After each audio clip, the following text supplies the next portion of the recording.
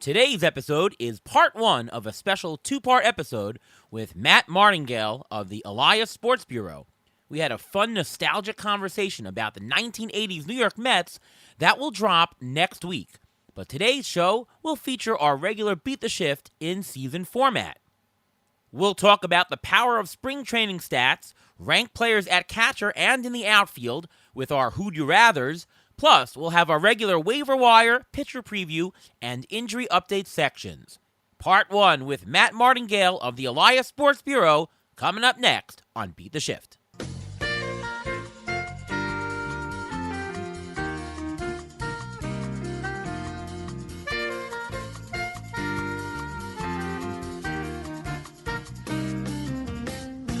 And welcome to another episode of the Beat the Shift podcast. I am your host, Ariel Cohen, and with me, as always, is Ruvain Guy. How are you, Ruvain? I'm doing great. How are you doing today? I'm doing fantastic. We're going to have a lot of fun on this episode. We're going to talk some Mets. We're going to do a bunch of Who You Rathers for the hitters. We're going to talk about so much stuff. I really looking forward to this. We've got a great guest. Let's bring him on right away. It's Matt Martingale of Elias Sports Bureau. What's going on, Matt? How are you? Hey, Ariel and Ruvain, how you guys doing? Oh, we're doing fantastic. Well, we have to actually open up the show. We just completed a trade in an expert league. You wanna run through it? Yeah, well, Ariel reached out to me, and we ended up trading. I gave Ariel Josh Bell and Tommy Pham, and he gave me Harrison Bader and Ryan O'Hearn. I'm sorry. Yeah, I should remember that. It wasn't that long ago. So Ariel is doing better than I am in this league for sure. I'm not. I don't hate my team, but it's really not. That's not really. If you looked at the standings, you might think that I do, but I think I don't think I really have a realistic chance of winning. I'm currently I think in 10th place, and Ariel's a few spots ahead of that, but I think this is something that probably more than a few spots ahead of that. We're almost in second. Okay, no, apologies. So Ariel suggested that some more stolen bases would help my team, which was true. The only problem was the positional needs slots didn't quite fit because he was asking me to give up Josh Bell, and then I didn't really have a great corner guy to slot in. I had Andrew Vaughn, who I would use in an emergency, but he's not somebody that I prefer not to use too many White Sox players on my lineup. So that's why we expanded it a little bit, and we worked it out to a 4-player deal. And yeah. Actually, Ruvain is the one who I was talking to. We were looking at over the team, and he's like, we could use Josh Bell right now, who's, raking, and, an upgrade for Ryan O'Hearn. And we've got a couple of outfielders coming back. So, and categorically, we don't really need the steals, but we need the power. So we have an outfielder to spare. We need the power. Josh Bell's on a roll. Just made sense. And made sense for you. We looked and said, you know what? You need steals. The right guy to offer is Bader. That's how trade should work, folks. You just look at the needs of the other guy. You look what you need. See if you're a good trading partner. And you offered it, and it was very cordial. I asked for that. You said, all right, can you give me a corner in return? No problem. Here's O'Hearn. You throw me back somebody. All right, Pham, no problem. And that's it. So kudos to you, Matt. I think it's going to help both of our teams. I actually think the way it started was I said, who has Josh Bell and why aren't we making a trade for him? Because he actually fits our team perfectly. We were looking for power. We wanted to get rid of some steals, and we had the perfect, the trade mate. And it just worked out perfectly because we were each looking for certain aspects of categories that we needed, and it just happened to fit. So I think that's what you do when you look for trades. I mean, it's a little late in the season already, and I mean, a lot of leagues are done trading right now, but in the future, that's really what you should be looking for. Yeah, I really appreciated, you guys were, I guess you guys were managing this team together. I'm not sure, but I appreciated the initial very fair offer, and I'm never, I don't like it when somebody offers me a lopsided deal, and then I have to talk them down from it. And most of the time, if somebody offers me something ridiculous, I'm just going to say no thanks and walk away. So that's obviously in an experts league, I think probably people are more sensitive and responsible. And you're probably not going to offer some ridiculous $30 player for two $5 players in this league. But it's always there are other leagues where I'm in where I get that kind of offer all the time. So it's nice to get. We're a bunch of professionals. We're a bunch of experts. We we went right to the point. There was just a little bit of talk to get it done, and well, good. And this wasn't a blockbuster. We're talking about $5 to $10 guys. Just to marginally increase the value of the team categorically. If you're picking a guy up the waiver wire to do it, we saw that we didn't really have that available, and from your team it made sense. We had an extra player that we would have benched next week anyways when our outfielders come back, and there you go. So you work for Elias Sports Bureau. Every time you watch a game, according to the Elias Sports Bureau, this has never happened. What do you do at Elias, and what does Elias do? Maybe you can tell the audience here. Yeah, well, I mean, I assume that probably a good portion of your audience is at least vaguely familiar with us, but we've been around over 100 years. Like, we are by far the oldest company of this type. We are the official statisticians of Major League Baseball, the NFL, and the NBA, plus also the WNBA and Major League Soccer, and I'm probably missing a few. But yeah, I mean, we work closely with the leagues. It's the I think our biggest strength is like our experience. Like I've been working at Elias since almost 30 years, or 29 and a half years almost. And like, I'm not even close to like the longest tenure person there. There's so many people who have been there so long, and there's so much shared experience. And I think that's probably our biggest strength as a company. And I started working there when I was actually a couple of weeks before I graduated from college, and so this is the only quote unquote real job I've ever had. So I have to consider myself really lucky in that regard. And not many people. Not many people get to do the thing that they, kind of grew up dreaming. I wouldn't say that I grew up specifically dreaming of working at Elias, but I wanted to do something in sports, and when this opportunity presented itself, it was just perfect. Well, that's incredible. Absolutely. By the way, is there any connection to fantasy sports or at all? Not really. Unfortunately, we had some previous management was not really a big fan of this fantasy sports. We've been trying to, I'm kind of a one-man operation now as from the company in terms of fantasy baseball, at least, and I've done a few blogs, and I have a Substack page, which I have not updated much this year, unfortunately, but, and I've given a few talks at the First Pitch Florida, put on by Baseball HQ. I did one in 2020, and I did one this year. So I'm always hoping to expand. We're always hoping to expand. I have to wait to see for the right opportunity is. Right now, we're not heavily involved in fantasy itself, although we are the statistical provider to if you use CBS for your fantasy league provider, they get our stuff from us. CBS, one of my favorites. I love how CBS does the scoreboard. Like, that's my favorite one to watch. And when you see the scores and stats trickle in, there's nothing better than CBS. I'd say maybe there's some others for managing the team that are better, but the scoreboard, CBS beats. So, I got to ask you a question here. What do you think of ATC? Because you're the Elias Sports Bureau. That's the Sports Bureau. I mean, yeah. How does ATC stack in terms of projections and stats? I mean, is it ranked number one for you? Well, for me it is. I have never quite gone through the full effort of trying to do my own full projections, and basically the reason that I haven't is because I know that there's so much good stuff out there. But led by you guys, ATC is the best. I was right before we started recording. I was telling Ariel that like my own projections that I use I just kind of describe them as like a stew, where the ATC projections are probably the biggest ingredient. They're certainly not the only thing. I have a lot of things that I, a lot of my own numbers that I add in some of the stuff that we'll talk about in a little while, adjustments. But, you guys are just, I started, I don't think I'd ever even heard of you until I think the first time I went to First Pitch Arizona was in 2019, and I saw you. I think you both spoke at this one, if I'm not mistaken. I think so. Yeah, and I remember like you were describing your system about how you I guess aggregate is the right word to Aggregate, yeah. other projection systems and see what some people are better at projecting than others, and take this emphasize these strong parts of a particular system's numbers, and that was.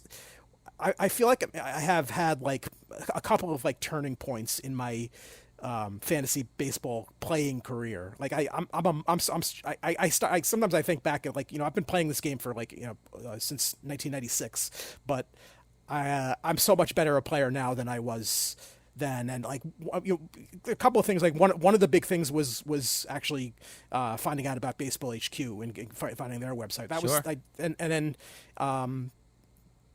I think once I saw them, and then I think I bought their book on how to value, how to turn sats into a Art numerical McGee? value. Art McGee, right? Art That's the McGee, guy. yeah. Yeah, that was a really good. I had been using a different method, which had been leading me astray quite a bit. I'd been using a John Benson method from years earlier, which always tended to, and I always ended up with teams with not enough power at using that. I guess that was probably I don't remember was it PVM method? Is that PVM? yeah. Yeah. It was always I was always too much batting average. I'm a Z-score guy. You're right, and Z-score not is, enough power. So yeah, so like that, but I've kind of gradually learned, and then I think the next big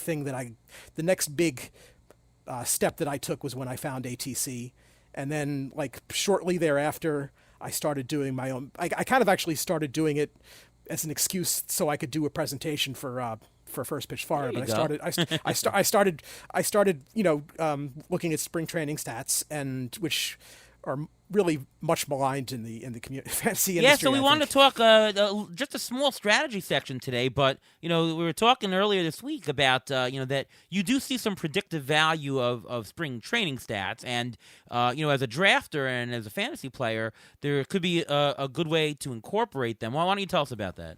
Yeah, so I basically I compare what the player does and what a player does. I'm going to mostly focus on batters now. I've done some work with pitchers too, with less, a little bit more mixed results. So I'll focus on the batters.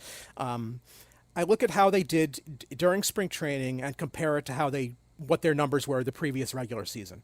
So, players who's hit for a much higher batting average in spring training do tend to carry that over to the next season.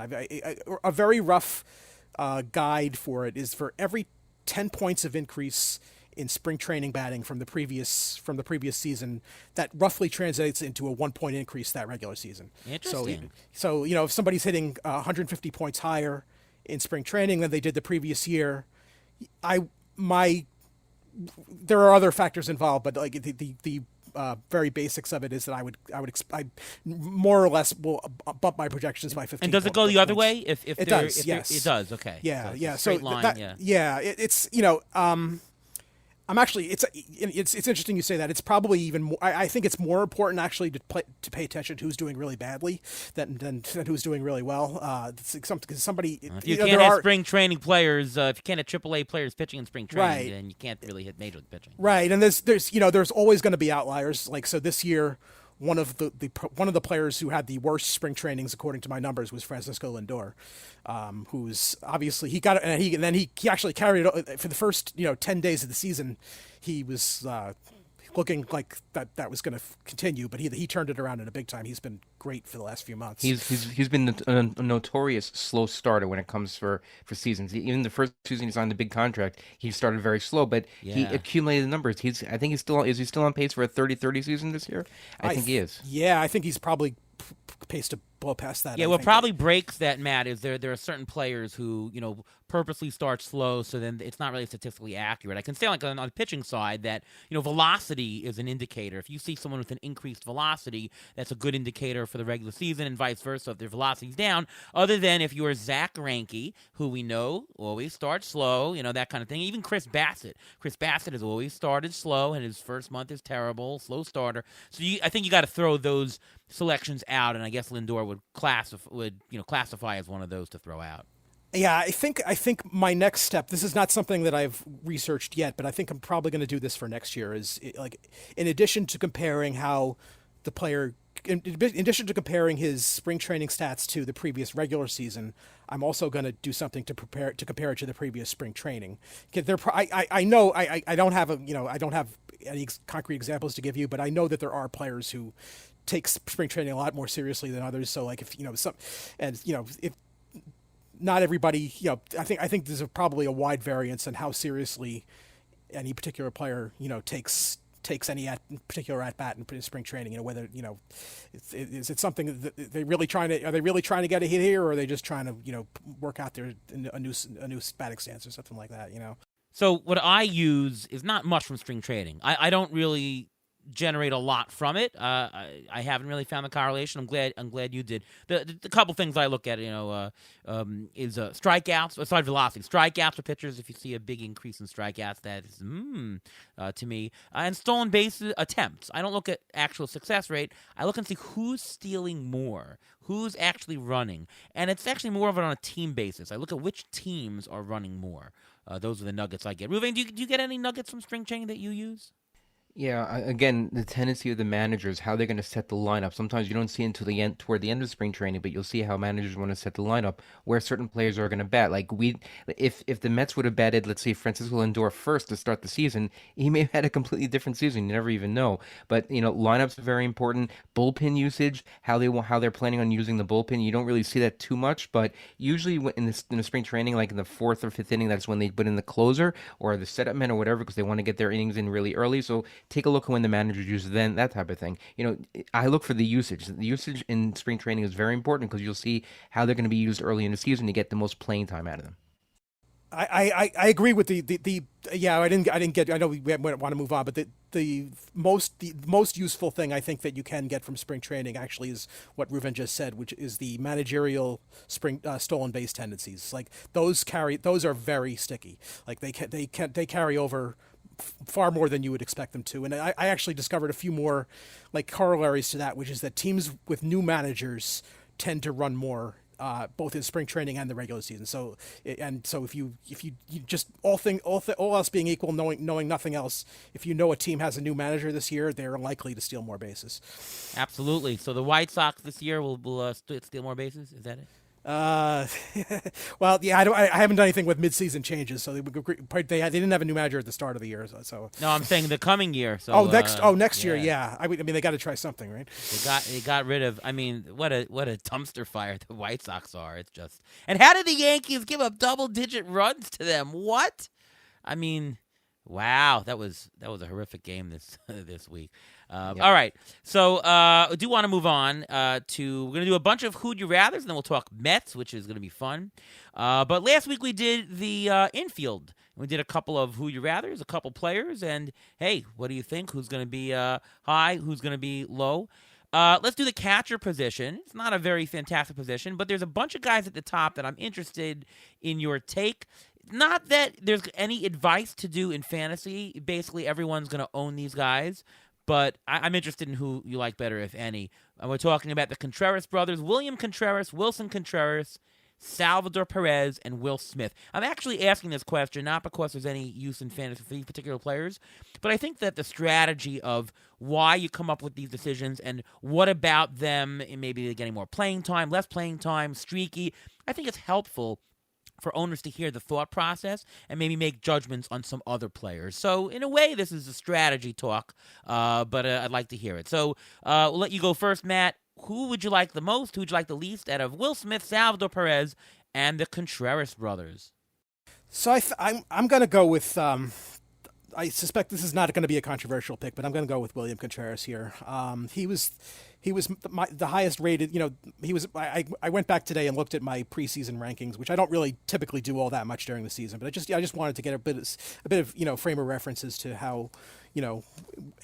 What did I think of them a few months ago, and has anything changed? And with William Contreras, he's been pretty much. There's really not anything negative that I can see in his profile. I know he went through a little bit of a slump, but one thing that's very important, especially when it comes to catchers, is playing time. And I looked it up. Coming into today, William Contreras had 31 more plate appearances than any other catcher-eligible player this year, and so he's playing all the time.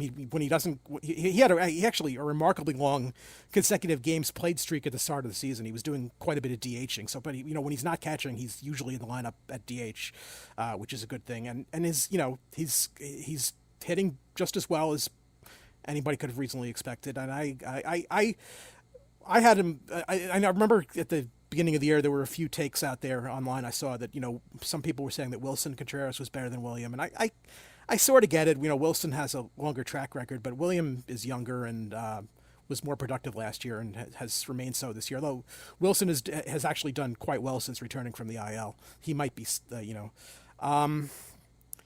I have to say, I don't. Will Smith is somebody who I had rated quite high at the beginning of the year. He's just been in such a slump lately. In April everybody who picked him was feeling really good about themselves, but he just really has not hit at all. I try not to do too much timing of slumps, but it's you can't help but notice that his numbers are just not up to what the other guys are doing. Salvador Perez is somebody who I like too. I certainly would have no objection to having him on any team. He's on my I am in one main NFBC main event team, which is not doing great, but Salvador Perez was one of my best picks in that league. He's been fantastic. But yeah, Will Smith, he's certainly young and talented enough that he could turn it around, but I'd rather go with the player who's producing now and playing more than everybody else. Ruvain, you agree, disagree? I agree. I think William Contreras is a top fantasy baseball catcher this year, and he usually has a better second half than first. But I'm actually going to go with Sal Perez here. He's hit better right now. This is some interesting facts about him. He's hit better this year as a catcher or as a first baseman as compared to a DH. He's hit for a higher average and more power when he's actually playing the field as opposed to DH, and he's doing that most of the time. And he's statistically been better in the second half of the season every single year since 2018. 2018 was the last time his first half was better than his second half. Plus, he's in a better lineup than William Contreras. So that's why I like Sal Perez a little bit better than William Contreras. Wilson Contreras, his average is so far down since the All-Star break. It's not, but his power is still there. I don't love him so much. And Will Smith, he's usually a better first half player than a second half player, and he's 11 for his last 70. That's not great. He's starting to lose some playing time. They're sitting him some more. I mean, the lineup will get deeper. I mean, the Dodgers are getting a lot of injured players back. A lot of players they traded for, they're starting to come back. So he's going to be in a better lineup. He's not going to have as much pressure on him. But I still think the order for me is probably going to be Sal Perez, William Contreras, Wilson Contreras, and then Will Smith. Ruvain, I have the exact order as you. William is excellent. I can't say anything bad about him. I prefer Salvador Perez. I mean, you mentioned William Contreras because of the playing time. Salvador Perez plays every game. He plays both first base and catcher, and he bats in the middle of the lineup, better lineup. He's got 79 RBI. That's 10 more than William. He's got 22 home runs.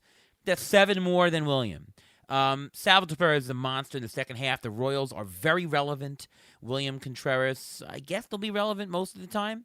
Will Smith is going to be less relevant because the Dodgers are going to lock it up a playoff spot sooner than you think, and he's been bad. You mentioned that people liked Wilson over William started the season. I don't know about that. I think ATC had William ranked as the number one. Wilson was somewhere down there. I think that Wilson Contreras was the better priced value preseason, but below his brother William, who has clearly taken the head of there.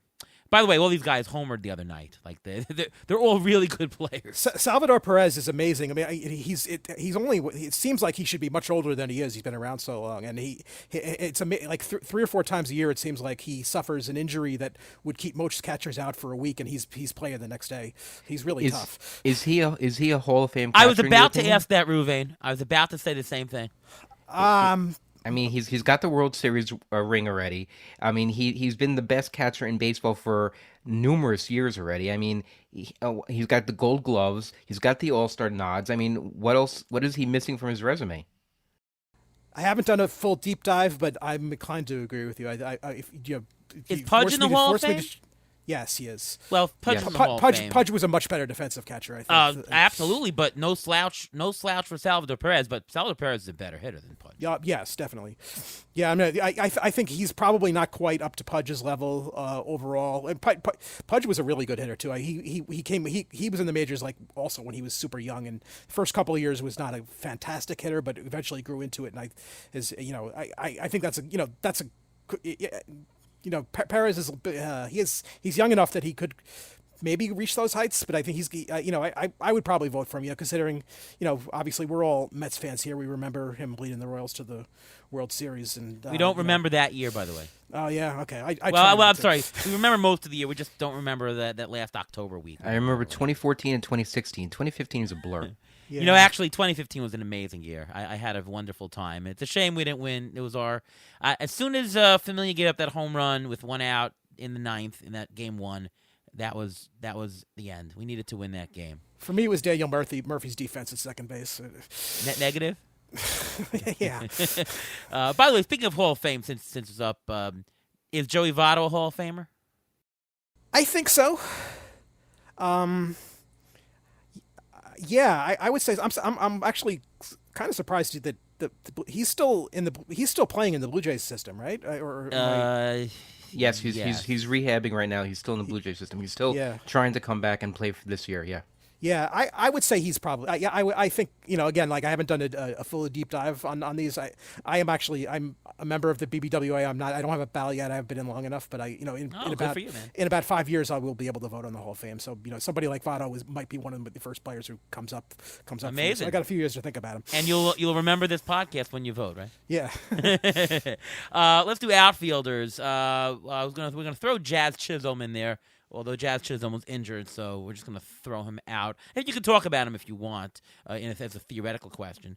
But Jarren Duran, Corbin Carroll, and Luis Robert, who says he was close to quitting baseball this year. I don't know if that's actually true, but I think anybody in the White Sox felt really bad this year. But Duran, Carroll, Robert, if you want to throw Chisholm just for intellectual purposes, you're welcome to. Matt?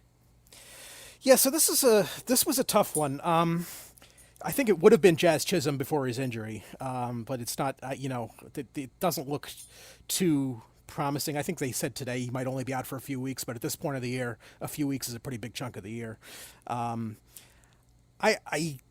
Carroll is I had rated quite a bit ahead of the other three coming into the season, and I think probably his average draft position would reflect that. But he's just something just doesn't seem right with him this year. I don't know. He's hitting pretty well in August. He was slugging .587 in August coming into today, which is obviously very good. But he only stole one base, and he's really not. Even if he seems to have kind of gotten back to form as just from pure hitting, but now he's not running. I don't know. Something never doesn't seem quite right with him. I remember, I'm pretty sure actually it was against the Mets last year where he took a swing and it looked like he separated his shoulder or something. Yeah, it was. And it seems like he's never been quite the same since. And that wouldn't necessarily affect his space running. I'm not sure what the deal is with that. But I didn't end up with Corbin Carroll on any teams. It wasn't for lack of trying. He might turn it around, but the draft price was so high, and given the shoulder previous injury, it was just a red flag to just too high a price. He was going third, fourth overall. He was in the top 5 in most leagues, I think. Yeah. He was a definite do not draft, and you see what happened. 219 batting average this year. His 21 stolen bases, 11 homers. That definitely does not justify his draft value. Yeah, and then Luis Robert is kind of an avoid for me for a different reason, kind of what you just alluded to. He just, that White Sox team just seems like a fountain of negativity, for no lack of a better term. There's some play. And the fact that Robert himself has spoken about wanting to retire or anything like that, it's just I have a hard time seeing him turning. So Luis Robert, by the way, he's also he was injured this year. He only has 267 at bats. I said Corbin Carroll has 11 homers. Does Luis Robert have more or less homers than Corbin Carroll this year? And remember, he only played half a season. I would say he. I think. Well, I think he say has less. 12. I think he has He 12. has 12. Yeah, Okay. that's right. You got it, Mr. Numbers Guy. Boy, I'm going to lose the trivia to you today. I wouldn't have known that if I hadn't looked him up earlier. Oh, okay. Yeah, so I'm not really particularly interested. I think Luis Robert is the kind of guy, if he gets traded in the offseason and ends up on a good team, could be a huge comeback guy for next year. Rest But of for the year, though, just rest of the year, I'm forget not it. really that interested. So that kind of leaves Jaron Duran.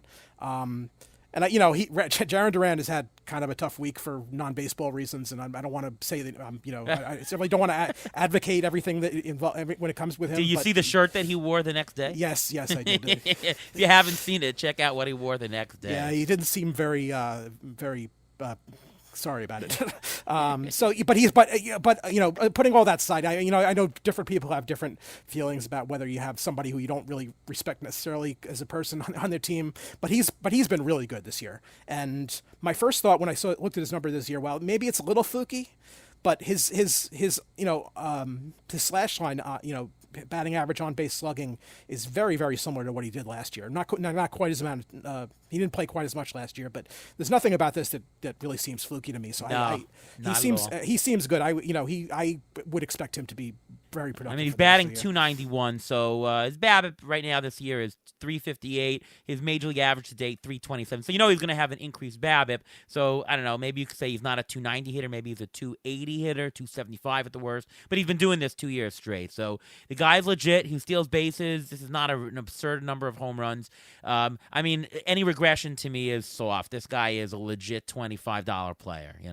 But I'm actually going to go with Corbin Carroll here. I know Really? you're singing the platitudes of Jaron Duran, but I mean, we know what you're getting with him. I think Corbin Carroll, having the All-Star break and having some rest may have actually helped him a lot. He has more home runs in the last 22 games, which was 6, compared to the first 93 games, which is 5, obviously, because he has a total 11, as you mentioned. And Eric Cross actually posted this on Twitter today. In his last 106 at-bats, he's slashing 258, 359, 640, with 26 runs, 8 homers, 3 stolen bases, a walk rate of 12%, and a K rate of close to 18%, which is not that bad. It's coming a little bit back to where he normally is, and plus the Diamondbacks are a hot team right now. They seem like they're winning almost every single day. That lineup is a little bit deeper, especially when Christian Walker comes back. That lineup is going to be very deep, and I think there's just a little bit less pressure on him. I'm sure he was pressing a little bit coming off of the World Series and wanting to repeat, but you can't repeat an entire year in the first half of the season. You have to. It's a long season. You have to go through it, and I think he's going to be better. Luis Robert, I mean, I don't think you could even start him at this point. We have him in labor, 12 team. That's a bench. I don't know if it's a drop, but it's a bench. He's 3 for his last 39. He's not really playing hard. If you saw that play where I think it was Oswald Peraza scored from second on a fly ball, it was he came running in from center field. It didn't even look like he was trying to go near the ball. It didn't look like he was really trying, and I don't think he has the motivation right now to do well. So do you want someone starting your team down the stretch who doesn't have a motivation to do well? I think you're better off keep him on your bench, or I think you can even drop him. If you drop him, I think you get more productivity off the bench. Off the fab, you get a guy who's hot and play them instead. That may be a better option at this point. And plus, a better lineup. Depends on the format. In a 15-team league, you're not dropping Luis Robert.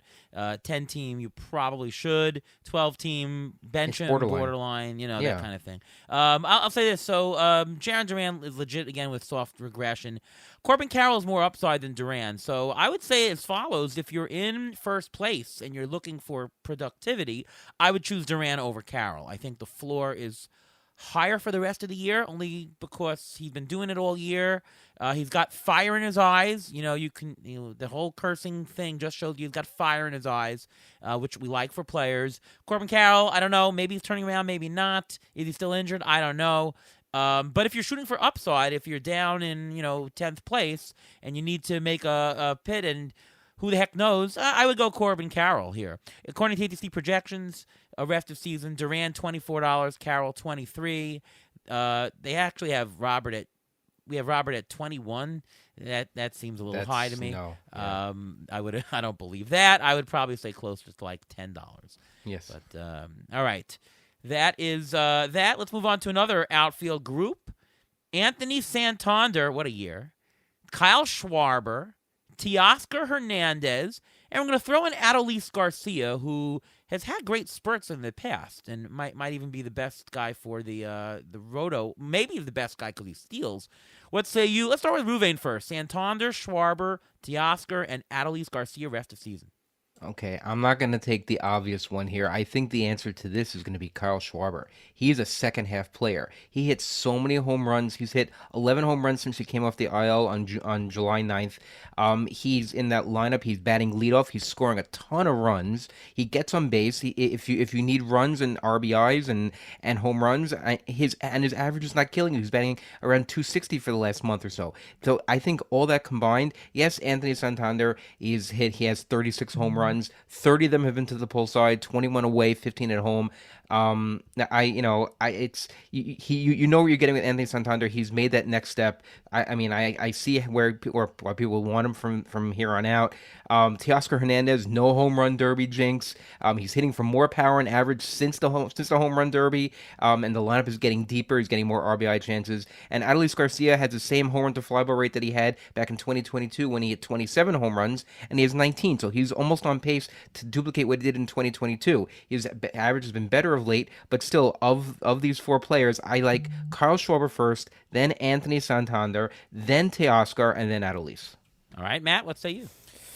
Yeah, these are all pretty close. I had a tough time picking one out of this group. I'm reluctantly going to go with Teoscar Hernandez here, I think, and I also, it's always the whole thing that you just referred to about the home run derby winning jinx. I think I don't know if this is going to I don't know if that's going to forever put that myth to bed or not, but it's been severely overplayed in the past. I think there's just been a couple of guys who were playing over their heads in the beginning of the year and just happened to win it, and we're due for regression anyway. That's what's happened. But Teoscar Hernandez is he's a solid all-around player. He's I would say he's probably the best rounded of these four players. He hits most likely to hit for the best average. I would have no trouble having it. Adolis Garcia I have on the labor team that I'm in the league that I'm in with you, and he's you're right. His power numbers are fairly close to what they've been in the past, and he has turned it around lately. So I'm hoping I'd love for him to have the best finish to the season. I'm a little concerned about him. His strikeout rate has just always been so bad, and sometimes with those guys, it just they get away with it for a while until they stop getting away with it. So I'm hopeful. I'm not saying he's done, but he's got a couple of red flags for me. And the other two, I have this, I have absolutely no issue with either Santander or Schwarber. They're both really good power hitters. Santander since June 1st has 27 homers in 65 games, which is pretty crazy. And Schwarber, he's I went into this year. I remember he had one of the lowest projected batting averages of any draftable player in my preseason rankings, and he's done quite a bit better this year. I think he's hitting over 250, which doesn't sound great, but I was expecting quite a bit lower than that. I always find it funny, not really necessarily a fantasy angle, but Kyle Schwarber is like the exact opposite of the prototype of the leadoff hitter, right? What you would have expected, 30, 40 years ago. Yeah. He walks a lot, but he doesn't. He's slow. He's big. This is just going back to my days as a kid. The leadoff hitter was always the fastest guy on the team, and I know that's changed for good reasons. I'm not saying that's wrong, but it still seems a little weird to me that he bats first. I'm not, unnerving. Yeah, he's fine at it, but I don't know. I haven't done a deep dive into the Phillies lineup, but it seems to me like they probably could move him down a little bit. Maybe put Trey Turner first, or I don't know. Yeah, I'd probably put Turner first if I'm in there. For me, I'd say Adolis Garcia is at the bottom. He's the lowest projected value, lowest earned value to date. He's batting only .218. In a pinch, he can be good, but let's put him last. The other three I struggled with. They were very close. I'm going to go with Santander as the number one. I think we all have a different player here, believe it or not. Santander has been the best to date, period, and the highest projected value. He's a beast this year. And by the way, the .243 batting average, which is not fantastic, that comes with a .226 BABIP. So he's fairly unlucky, and his strikeout rate is 19%. The guy makes contact. I think the batting average is going to improve. Barrel rate, 12%. This has been a steady increase in his career. I'm looking at just other metrics, see if he's lucky or not. Homer to fly ball rate is 18%, which is a tad lucky, but not ridiculous. 15% would be an average one. The big change this year is his fly ball rate is 58%, where his career is 49%. But that could be an intended change. And last year, last couple years, 28 homers, 33 homers. So I don't think he's a 40 homer guy, which is where he's probably going to end up, but 35 homer pace. Like I think it's soft regression for him here on out. He's legit, consistent, tons of power. He hits in the heart of the lineup. I mean, the 80 RBI so far this year. I don't think you can go wrong with Santander. Schwarber, you don't know. Teoscar is the best batting average. I actually go with Teoscar second because he's got a high floor, 271 batting average. He also steals a bit. He's got 79 homers. Santander over Teoscar because the Orioles are in a big playoff race. They're trying to get back. They're now actually out of first. The Yankees just passed them. But Teoscar, he could be sat down the stretch. I can see some playing time just, being a little bit removed, especially Schwarber also if the Phillies clinch early. So I'd say Santander is my winner. Anything else to add to those? I think that was a good discussion. Everybody else had a different take. You mentioned about Schwarber not being the prototypical leadoff guy. He gets on base so often. He has 5 stolen bases this year. He's attempted 8 stolen bases. So it's not like he doesn't run. He does steal the occasional base. It's not a normal, typical 35, 40 stolen base leadoff guy, but he still steals bases. And I don't think, how could the Dodgers sit Teoscar if he's still hitting? I mean, yes, you want to get him some rest. He's not the youngest guy in the lineup. You want to get him some rest, but how can you sit him? And same thing with Santander. He's not going to lose any playing time either, even with all their prospects on the team because of the way he's playing. But is Teoscar DHing? Because you got Mr. Otani there. No, Teoscar's not going to DH. They're going to have to play him in the outfield, so they can. They might sit him a little bit. But I mean, the way he's hitting, how can you sit him? I mean, if you want your best lineup out there, he should not be on your bench. That's just plain and simple. The Dodgers don't have that big a lead in their division anymore. I think the Phillies are more likely to be resting players at the end of the year than the Dodgers, I believe. True. I will. Yeah, and also Schwarber DHs a lot he'll DH a lot down the stretch just to get batting, some at bats in there also. So they're not going to sit him completely. They may give him some time off, yes, but sitting him, I think he needs to keep swinging to keep that swing going. All right, these are great. Let's do another outfield discussion. Taylor Ward, Brandon Nimmo, Ian Happ. They're all really close projected. Ian Happ has the highest value to date at $19, the highest earned to date. Nimmo is 17, Taylor Ward with 9, but Ward was so hot in the first 2 months. Does he get any of the magic bat? Matt, what say you?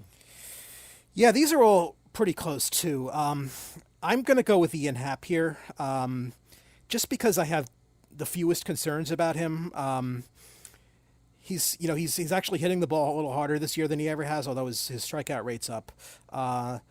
He's just, he's probably, when you sometimes hear people talk about boring players in fantasy. I think Ian Happ would be that kind of guy, but he's consistent. Like, he's going to hit you 20 homers and 15 steals just about every year.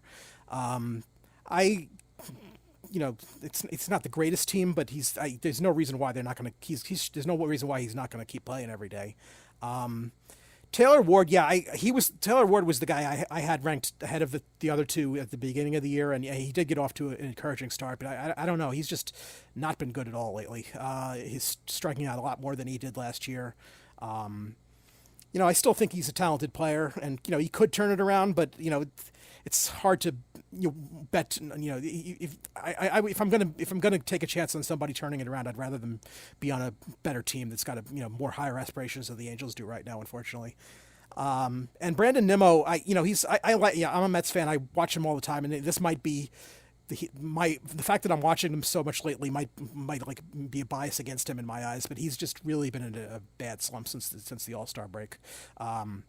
He's to me, Nimmo. I think this expression is sometimes overused, but I think it really applies for Nimmo. He's a better real life player than he is a fantasy player.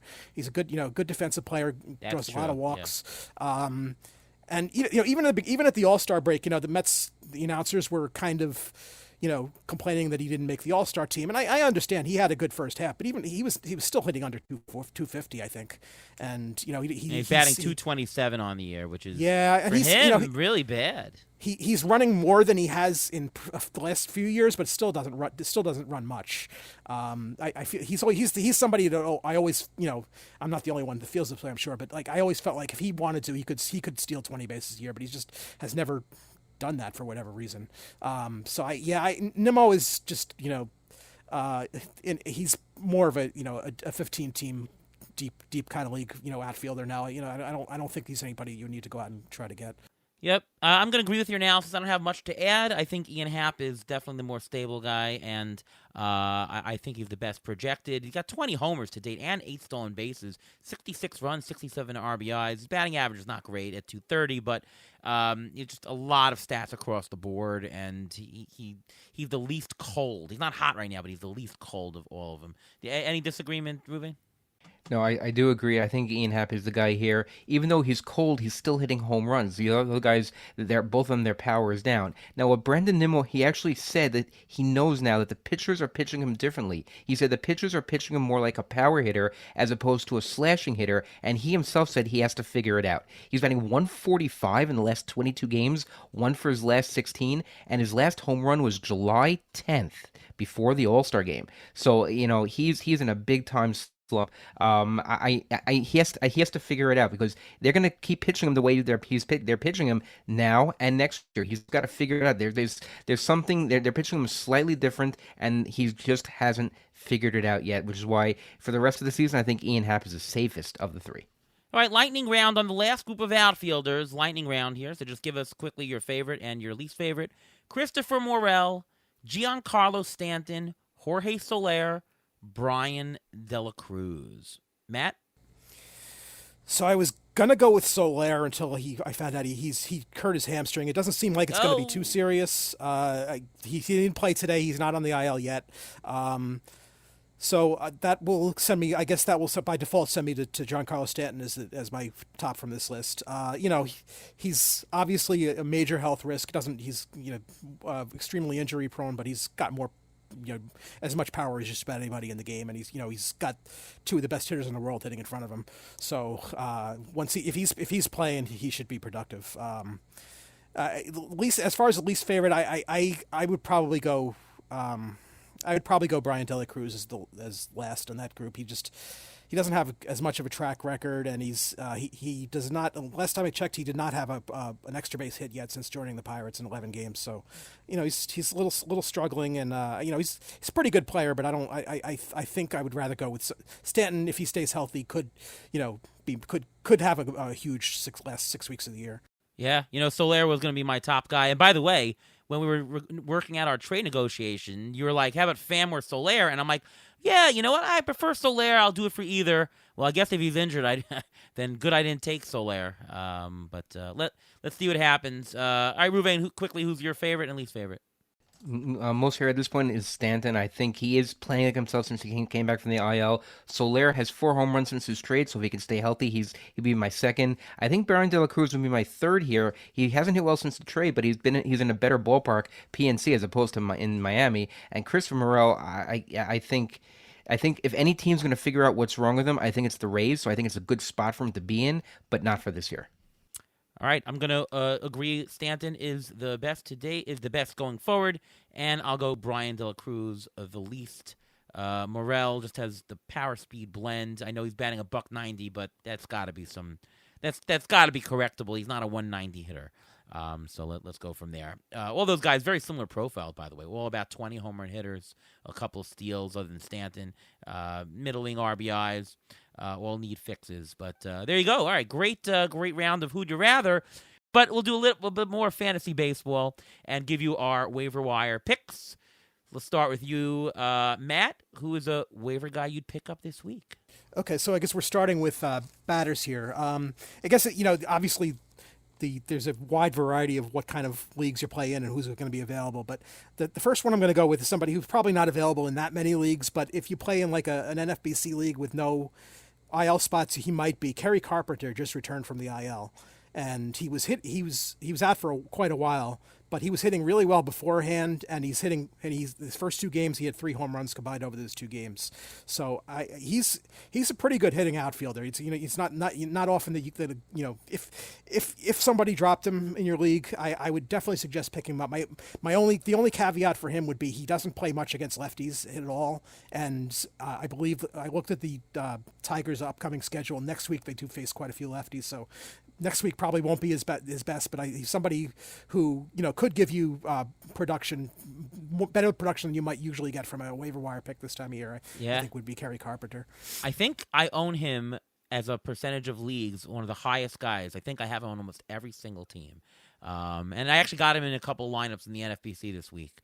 But yeah, it was fun. I was reading the New York Post, and talking about the game recaps. Like, Matt Carpenter returned to the Tigers and hit 2 home runs. I'm thinking, Matt Carpenter, he's back in baseball? What the hell? It was an obvious mistake. It was Kerry Carpenter. Yeah. But that's definitely a good one. I didn't have him on my list because I own him already. So and if you're looking for a much deeper kind of like somebody who's much more likely to be available, just a guy to go for. I don't have I don't think this guy's certainly not a superstar, but he's playing a lot. His name is Jonah Bride. He's playing for the Marlins. I just basically sorted every major league player based on plate appearances in August, and he was the only guy in the top 15 that was likely to be available. He's not a great player, but he's off to a good start from Miami, and there's no reason for them. If he keeps hitting, they're going to keep playing him. What else are they going to do, right? And he's next week. He's a right-handed hitter. The Marlins looks like they have a bunch of lefties on their schedule next week, so he might be able to keep this up for a little while. Again, lower your expectations. But if you have a dead spot, desperate in need of somebody to fill a spot. I think he's better than a warm body. He wasn't putting up huge numbers in AAA, but he did have more walks and strikeouts, which is always a good thing. So Jonah Bride, somebody who could he's more of somebody who could fill in a spot where if you lost somebody due to injury. I think he'd be a good guy. Sounds good. And I had a third guy who I'm kind of more or less bring him up as an excuse to rant a little bit, but that's Tommy Edman, who's I think is also about to return. I ended up, for reasons that I don't quite understand, I ended up with him on a lot of teams this year, and his season has just been really weird. Obviously he hasn't played yet, and the something is, I don't know, something clearly went very wrong for him on his rehab from his wrist surgery. But nobody really seems to know what it is, and the team has been kind of tight-lipped about it. I remember they announced about 2 weeks before the season started that he was doubtful to start the season, which kind of implies, well, okay, he'll probably be back a few weeks after that. But you just kept getting these updates where he was just making the glacial progress in healing from this. So he's a good player. Obviously, it's a concern. A wrist is not something you want to play around with, but he's gonna be joining the Dodgers and probably playing a lot there. A great lineup. If he's healthy, I think he's somebody that's worth a shot if he's available in your league. All right, Ruvain, who's your waiver wire picks for this week? Well, you actually stole my Jonah Bride there. He's only 4% owned in CBS. He has 13 games at first base, 11 games at third base, and since July 13th, he rose his batting average has gone up from 182 to 265 with 4 homers and 13 RBIs in that span. He's playing every day, even though he's a lefty. He's playing every day, so he's a guy to look at. But I'm going to mention also 2 relievers that I think if you're looking for saves, these guys can vulture saves for you. The first guy is Justin Martinez of the Diamondbacks. He has 3 saves over the last 2 weeks, and the Diamondbacks are hot. He's got a 1.89 ERA and a 1.2 WHIP for the year, 62 strikeouts and 53 innings. He's 44% owned in CBS, so this may be your last chance to get him because he seems to be almost solidifying. I mean, the manager of the Diamondbacks, Torey Lovullo, he hasn't said that Martinez is the guy, but they're leaning that way. So just if he's available, I think this is the last time you can get him. And another guy I want to mention, Sir Anthony Dominguez from Baltimore. He's got 2 saves this week. With the way Craig Kimbrell's pitching, I think they may be going by bullpen committee, by whoever they think is going to get do the best that time. And Yennier Canoa's gotten some saves, but Sir Anthony Dominguez, since he's been traded, he's only given up 2 hits and 1 run for the Orioles. So that's crazy. And that's over 7 outings. So he's pitching really well. He's only 8% owned in CBS. And if you need a guy who can vulture saves, and if you have Craig Kimbrell, he may be a good handcuff to get this late in the season. All right, I'm going to give you a bunch of names. I won't talk about a lot of them in detail, but Jordan Walker's back. That's interesting. It's a dart. I'm never a fan, but you never know. Junior Caminero is up. If he's available in your league, that's something that you might want to play. Joe Adell, he's finally doing something. He looks good recently. He's hitting for power. Not the number one prospect. Oh, my God, you can't miss Joe Adell like he was meant to be, but he's actually doing well. I'm playing him in all my 15-team leagues and a couple of 12s. He's been great. I'll say that Brendan Rodgers at a middle infield position in deeper leagues is now interesting. Gavin Lux, I know we were back and forth. Maybe, yes. We'll see how it interacts with Tommy Edman for the moment he's hitting. Two guys, though, I do want to focus on. Andrew McCutchen, he is under-owned. He's only owned 10% of CBS leagues. I think for a 15-team mix, I know he's utility only, but 16 homers, 235 batting average, 60 runs, that plays. And the guy that I think is the most interesting, Jake Cave. He's with the Rockies. He's looking good, and there's a lot of home games he has coming up. He's only 1% owned on CBS. This is a no-brainer in a 15-team league. In his 240 at-bats for the year, 6 homers, 5 steals, batting .260. Got 10 doubles and 4 triples. Take a good hard look at Jake Cave. I think he can give you a little bit of oomph. Maybe even in some shallow mono leagues as well, it could be available. So yeah, Jake Cave is actually somebody who I considered for my list as well. I actually ended up not mentioning him because the Rockies are, I think, on the road all next week, and they face a bunch of lefties, so he's probably not going to be that helpful to you immediately. But yeah, I don't quite understand why somebody who's playing just about every day for the Rockies has such a low rostership percentage. That really needs to be higher. I have him on several teams, and he's not a star, but he's when the Rockies are home. And this, as long as they're not facing all lefties, he's probably better than your fifth outfielder on most. You could do a lot worse by having him in the NFBC in the half week on your bench. I mean, it's an instant pickup. I think I have him in one draft champions league, and I think only he was only drafted, and these are huge leagues. They're 50-round picks, 15 teams, and I think he was only even drafted in 4% of all the leagues of that. So I think he was traded to the Rockies very late in spring training, so that's probably why nobody was interested in him before then, but it's still amazing how available he is. All right, Matt, let's do the pitcher preview. Who's a pitcher that you're interested for this coming week, or maybe even late in the year to do a future 2-star pitcher or something? Yeah, so I struggled a little bit more with this one, but I don't know. This guy may or may not be available in too many leagues, but DJ Hers looks pretty interesting to me. He is only one of 8 pitchers this season who have multiple games with 10 strikeouts and 10 or more strikeouts and no walks, and he's the youngest of those 8.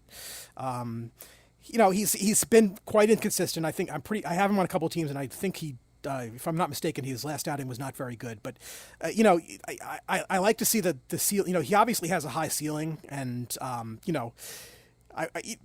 if you're in a situation where you're trying to protect a lead, he's probably not your ideal guy. But if you're looking to find lightning in a bottle, somebody who could come out of nowhere and, give you a bunch of really good starts.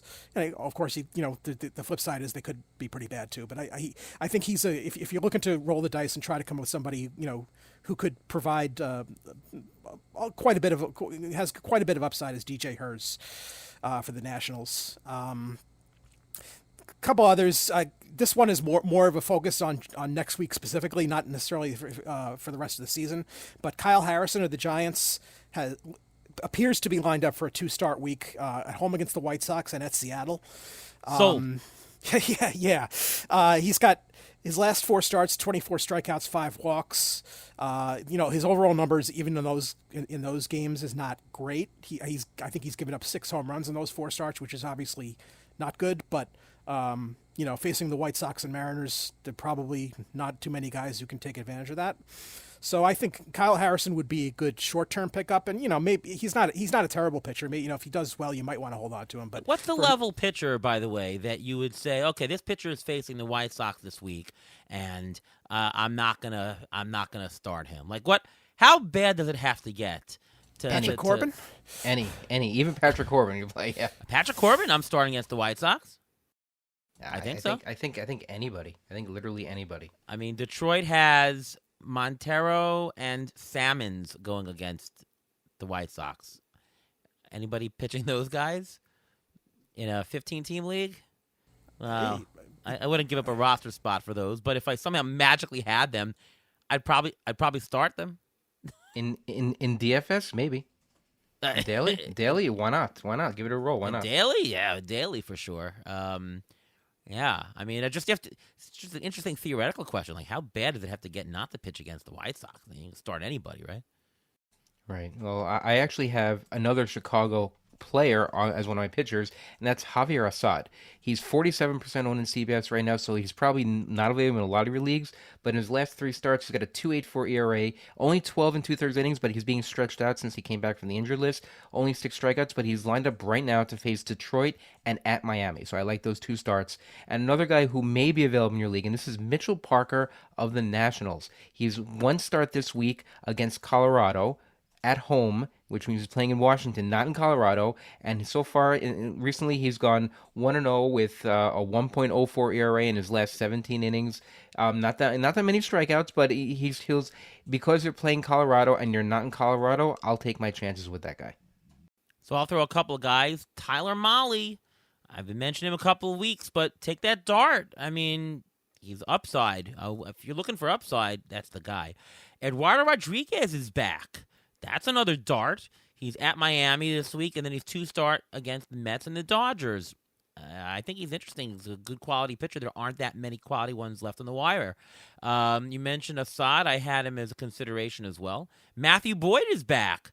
He's playing the Yankees and Texas this week, and then he'll be against the Pirates. You never know. Jose Quintana versus Baltimore, and then at San Diego, and then the following week he's at Chicago White Sox. Now, you probably want to pitch him in the 2 start, but even if you don't, because Baltimore's a good team, pick him up, and then you'll have a start against the White Sox. How can you not pitch Quintana against the White Sox, right?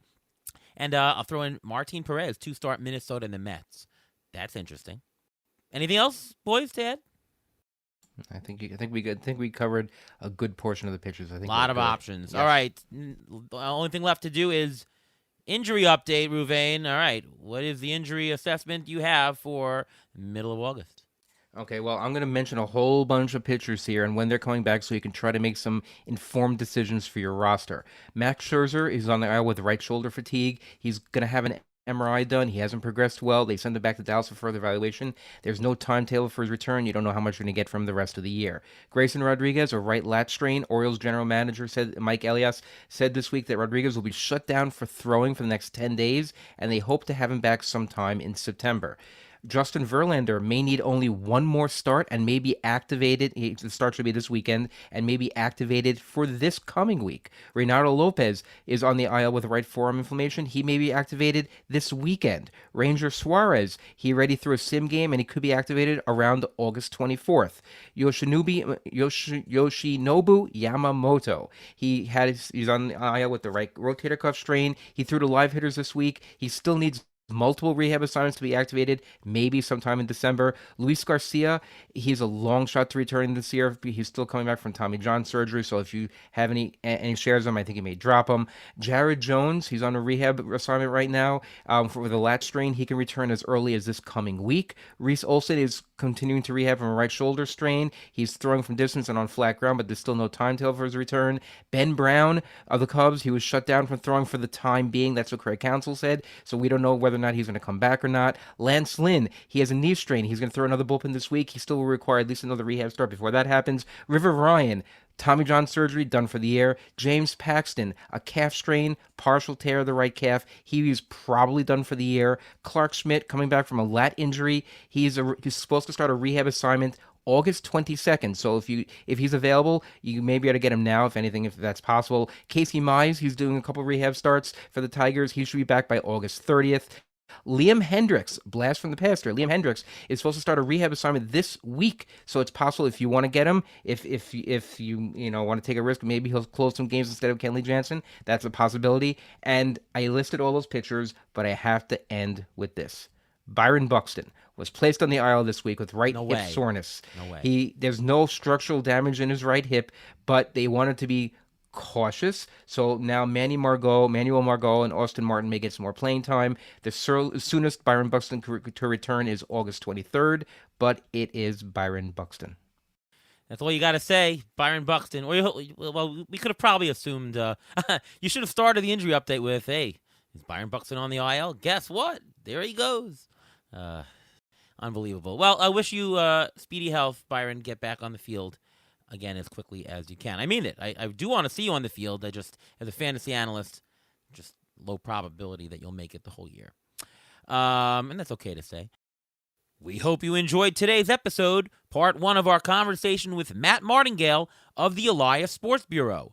We'll be back next week for part 2 with our 1980s New York Mets discussion. From all of us here at Beat the Shift, we'll see you next time.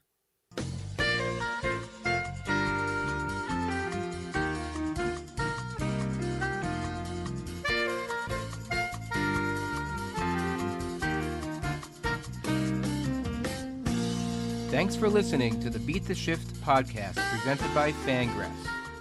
Follow us on Twitter at beat_shift_pod.